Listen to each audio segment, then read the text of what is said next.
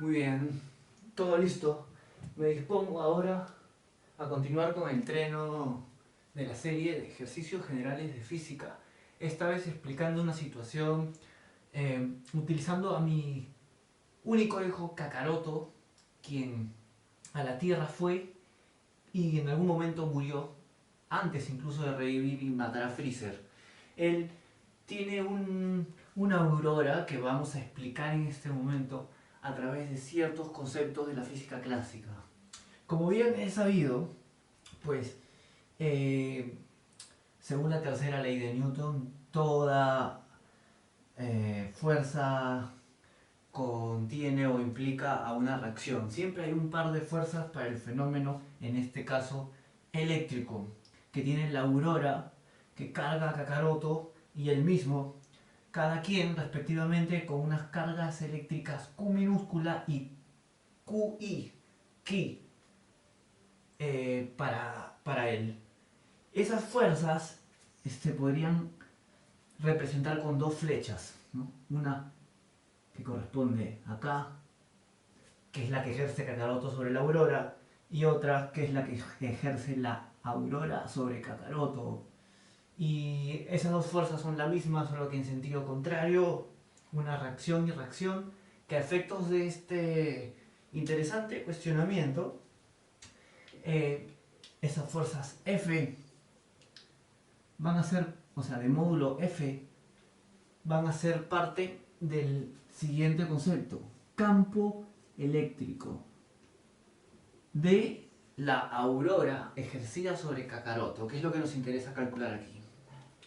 Y esa es, pues, claro, F entre la carga que ejerce Kakaroto. Y de esa manera se simplifica la ecuación para un concepto que solo incluye la carga de la aurora.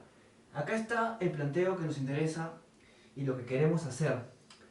Les comento, ¿no? Esta aurora contiene un metal inmaterial que pues es muy raro, pero está ionizado positivamente. Como ya hemos dicho, tiene una carga Q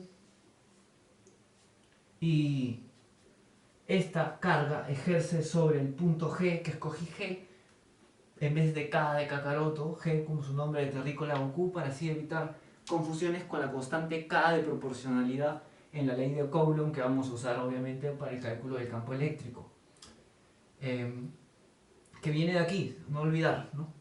De una fórmula idéntica a la fórmula a la ley de Coulomb para la fuerza, pero al dividirse por la carga de uno de los objetos en el par de fuerzas, terminará utilizando solamente a la carga de la aurora el que genera el campo en cuestión. Este campo lo voy a simbolizar por también una flecha, ¿no? Es una influencia de presiones sobre el cuerpo de Kakaroto, y de hecho eso explica por qué la energía de un terrícola o un ser muerto en el plano de los vivos reduce su energía, ¿no? Constantemente hay un campo que lo debilita.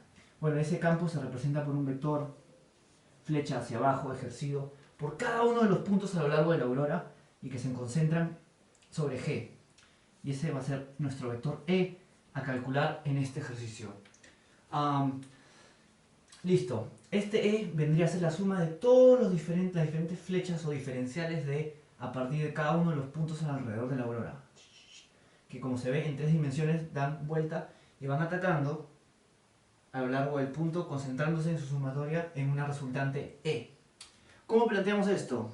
Pues tienes a la aurora, mucho cuidado aquí, y tienes el punto en cuestión, el punto G, y pues esta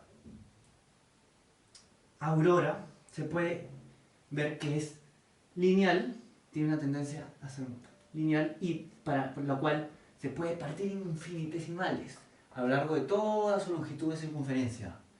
Esto le vamos a llamar diferencial de L. Para cada uno de esos hay un diferencial de carga, diferencial de Q, que es lo que va a ejercer un diferencial de campo a lo largo de todo el recorrido sobre G, que está a H unidades de distancia del centro de la circunferencia, y que pues dicha circunferencia digamos que tiene un radio R. Perfecto, listo, seguimos. dq y dl. La distancia que separa a los elementos para este campo diferencial DE, que se va a sumar conforme se avance a todo el largo de la circunferencia L partida en DL, es esta flecha. Y la distancia es esta separación, que es que ya está claro, ¿no? Si vemos en este instante este triángulo rectángulo que viene a armarse acá, tiene como hipotenusa, pues ya dijimos que este era h y este es r, a la raíz cuadrada de la suma de los catetos en cuestión, o sea, raíz de h cuadrado más r cuadrado, perfecto. Esa es la distancia en la ley de Coulomb que nos interesa y que calcula este diferencial de campo que es la carga de Q.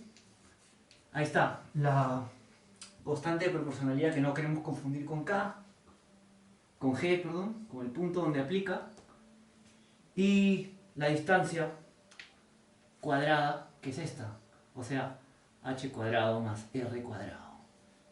Esto, para cada instante, se va a sumar a lo largo de la circunferencia, va a hacer que se obtengan todos los diferenciales en donde las cargas diferenciales ejecutan campo y obtener el campo resultante al sumarlos. Antes de hacer dicho cálculo vamos a hacer una observación de análisis interesantísima que nos simplifica el procedimiento, y es esta. Si vemos bien, esta aurora que afecta al punto G que está acá abajo, lo hace en sus dos dimensiones. Veamos, sea desde acá, desde D, dq, en sus dos dimensiones x y y, o mejor dicho, horizontal y vertical. Así, a lo largo de esta distancia que nos separa, trabaja aquí un DE, el cual, fíjate, se puede descomponer, como dije, horizontal y verticalmente, así. Y acá viene lo interesante que simplifica el planteo.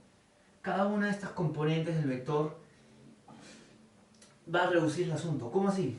Este dq, para cada punto a lo largo del recorrido total que vamos a usar en la integración, existe una contraparte para cada punto, justo opuesta por el diámetro, dq', la cual también ejerce en el mismo punto, a través de una distancia simétrica a la otra, otro dE' de igual valor, el cual también se descompone en dos componentes verticales y horizontales, tales que demuestra que si giramos este triángulo, esta forma, por ejemplo, tomando otros dqs aquí y aquí, y sus contrapartes respectivas, tendrá a las componentes horizontales neutralizándose entre sí, iguales, pero en diferentes sentidos, de tal manera que la diferencial de campo, diferencial a diferencial de carga, uno por uno, va a ser equivalente a la componente horizontal. Es decir, el campo resultante, al sumar todos estos, es el mismo que si sumáramos todos los campos de E en la componente vertical, desde aquí hasta que se dé toda la vuelta. Y eso va a claro, va a incluir este, a su contraparte va a incluir hasta que se dé toda la vuelta. ¿Y este de acá qué es? No es igual en módulo que los que están acá. Depende de este ángulo que le vamos a llamar θ. Y que está aquí. Y que está aportando también acá. Y que hace que estos componentes sean respectivamente DE seno de θ y DE coseno de θ. De manera que lo queremos integrar en el cálculo de la suma es respecto a la componente vertical de E coseno de dicho θ. O sea que al integrar dicho campo, al sumar todos los dE, dado este fenómeno de neutralización, no vamos a tener una integral equivalente a la que si se hiciera la suma de Riemann con respecto a dE coseno de teta. Listo, con eso podemos llevar el cálculo. Vamos. El cálculo va por aquí. Esto. ¿Cómo hacemos la sumatoria de todos estos? Pues simple. Primero démosle forma al contenido de la integral, ¿sí? El dE coseno de teta para que tenga solamente escalares de por medio y pongamos los límites de integración en el cálculo del campo resultante. Pues bueno, ¿no? dE por la ley de Coulomb es, como hemos dicho, dicha constante K por dQ sobre la distancia que es h cuadrado más r cuadrado. Este coseno de teta, a efectos de la naturaleza del triángulo,